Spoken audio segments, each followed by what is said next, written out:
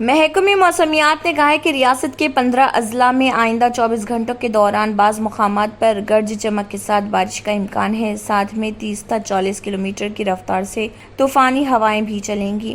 واضح ہے کہ گزشتہ روز بھی کچھ مقامات پر تیز بارش تو کچھ مقامات پر ہلکی بوندا باندی اور تیز ہوائیں دیکھی گئی تھی۔ محکمے نے اپنے بلیٹن میں کہا ہے کہ اضلاع عادل آباد، کمرم بھیم، آصف آباد، منچریال، نرمل، نظام آباد، یدادری بھونگی، رنگاریڈی، حیدرآباد، میڈچل، ملکاجگیری، وقار محبوب نگر، ناگر کرنول، وناپرتی، نارائن پیٹ اور جوگلمبا گدوال میں گرج چمک کے ساتھ بارش کا امکان ہے۔ 7 اور 8 جون کو تلنگانہ کے بعض اضلاع میں گرج چمک کے ساتھ بارش کا امکان ہے۔ پیر اور جمعرات کو ریاست کے بعض مقامات پر ہلکی تا اوسطاً یا پھر گرج چمک کے ساتھ بارش کا امکان ہے۔ ریاست کے کئی مقامات پر درجہ حرارت 42 ڈگری سیلسیس سے زائد درج کیا گیا۔ اعظم ترین درجہ حرارت 44.6 ڈگری سیلسیس حیدرآباد میں درج کیا گیا۔